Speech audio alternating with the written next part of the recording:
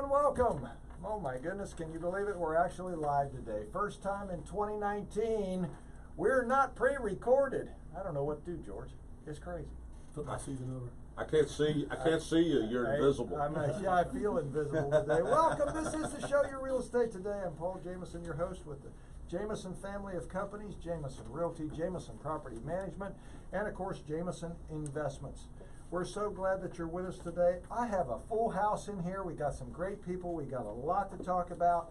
But as always, remember, since we're finally live, the lines are open. George is here to take your calls, and we'll put you on the line for any of us. Here's the number. Ready? 704-570-1110. 704-570-1110. You call, George will answer. Give him your question, just in brief, your number in case we lose you, and we'll put you on the air. Now, this is not one of those shows where you call and ask a question and we go, boy, that was a dumb question. No, that's not what this is. This is a question where this show is about teaching, working together, learning things together, answering questions, and talking about real estate. Anywhere from Costner Law. Holly Zarowski is here with Costner. She is a real estate attorney. Welcome, your first time, Holly. Glad to have you.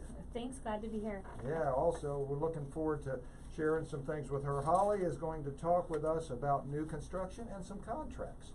Awesome. And things to look for and things to share. Also, here with my good friend and frequent radio friend, Preston Sandlin with Home Inspection Carolina. Hey, Preston, welcome back. Good to be here. Good to be back in the saddle here, Paul. Yeah, man, great to have you. Also a very valued member of the team, the one, the only, Miss Jessica Spees. Hey, Jessica. Hey, how's everybody doing? Yeah, great to have you with us, Jessica. Jessica is on the Jameson team, and if you come around, you will definitely see her. She is, she brings the energy to the office. She is the rose between us thorns, I think. So glad to do that. All right, 704-570-1110, the show Your Real Estate Today. Sit back, relax, and enjoy, or call with your questions, because we're going to have fun taking care of them. All right, so we're going to put the newbie up first. We're going to put Holly on first.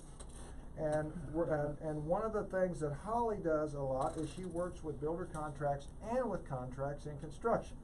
So, Holly, one of the things that I know is very clear, especially from the consumer side, is that those contracts are complicated. Is that a requirement? So let's just go right in with the fact that there have been many times, Holly, and I'm sure you've done it, where a contract comes to you because we didn't know what's in it. You absolutely should always know what's in your contract, and they are complicated and they are long, but that is because there's so much to get taken care of in those contracts when you've got new construction. You've got everything from pouring footers to putting the little knobs on your cabinets that all have to get covered, and how to get those done in a contract. That's exactly right. And you know what's interesting about those contracts? Number one, and I have to tell this to every client, you can't change it. Number one, they won't let you. And number two, it's not in your favor, buyer. It's in the builder's favor. I mean, let's just put it right out there right now. It's the way that it is, right? They are generally a builder that has their own contract. It is geared more towards them, but you know, that's not because your specific builder wanted it that way. It's because they hired those rotten attorneys for their corporate office that said, oh, we got to reduce some risk for you. That's right. I would say if you're using a local small time builder, not one of the large names, that you may have a little bit of wiggle room in some of your contracts. Oh boy, that would be awesome. Yeah. You know, the big boys, I'm not going to name them because they're not paying me any endorsement.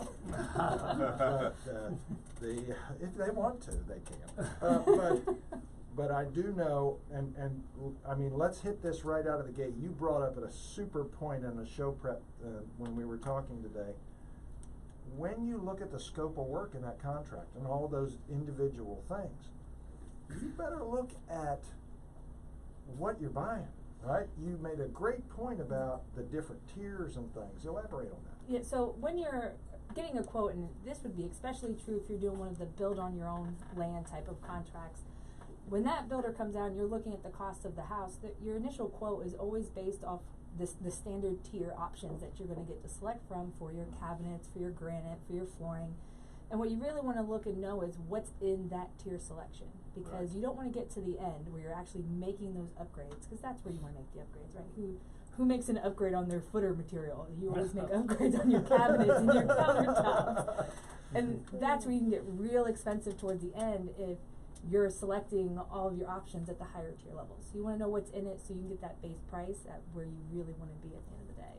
Right, and to elaborate on that, there's a couple of things you wanna make sure that are in it as well. You know, like what happens, what's the timing, what are acts of God, labor things, what other things, are in there as well, kinda, under that scope.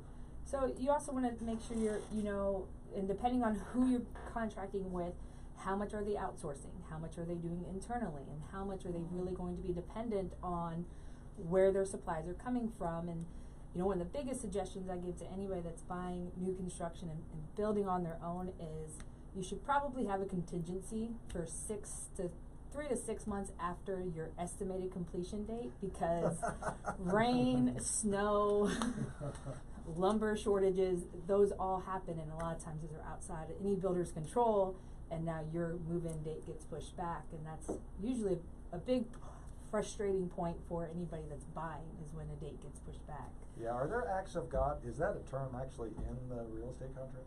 It is in a lot of contracts, and generally that is your rain, that's your snow, not just a little bit of rain, that's your flood waters. Like this year. Like this year, what we've got going on right now. 2 hurricanes. Well, I mean, to your point, Holly, I mean, and I think that's the important thing is, it's a little bit vague, but you gotta understand what that vague is, especially knowing what to do if there is an issue, right? Mm-hmm. One, you also have to remember, acts of God does not mean local acts of God. If your lumber is being International acts of exactly God. international. If you want that rainforest beam in your house and it's being shipped over from South America or anywhere, and something's happening over there, you're gonna get delayed here. Yeah, you So it's absolutely are. not limited to local issues at all. And understanding that, and your builder's actually a good source there. They know and they keep track of what kind of delays they've been having in the past and how that functions for you. Yeah, this is not a builder bashing time, this is just an awareness time. And then one of the things that I also see at the closing is people are surprised, because of that scope of additional things that they're paying for.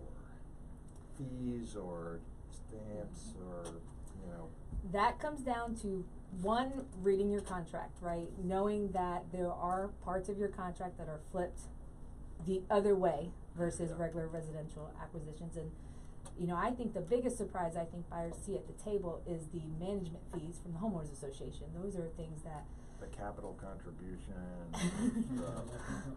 those are honking. That Those or are just the big. processing fee from the management company to provide the closing statement. Those are things that Oh, yeah, it's. there's always a surprise to a buyer. They never see them come in, and I know. it varies so much by management company that it's hard to even give someone a realistic quote. Holly, I had one the other day that was $198 a page.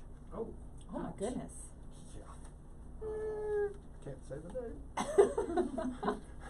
It was scary. But lastly, one quick other thing. George, we got time for one quick thing? Okay. One more quick thing. Making sure on a contract, if you're doing an upfit, to make sure you check in with your contractor to make sure he's got a License. Ah! You want to make sure that not only is his license good, but his insurance is still active. Oh, yeah. The last thing you Kind of want to important. the last situation you want to be in is the homeowner of property and your general contractor or just any contractor's insurance is bad and someone gets hurt. I think there's a website you can check it in there. I think we checked one time. I don't remember it's been a while, but there's a website you can check. Yeah. I wanted a cord statement or an insurance statement from that insurance company before he steps foot on my property. Exactly. With me as additionally insured. Exactly. You fall, I get paid. That's the way it works. Well, we've got so much more to go here. I've got Holly Zarowski from Costner, Jessica Spies, Preston Sandlin, myself, Paul Jameson, here in the studios. We're live on the show Your Real Estate Today here on News 1110 99.3 WBT. Stay right with us.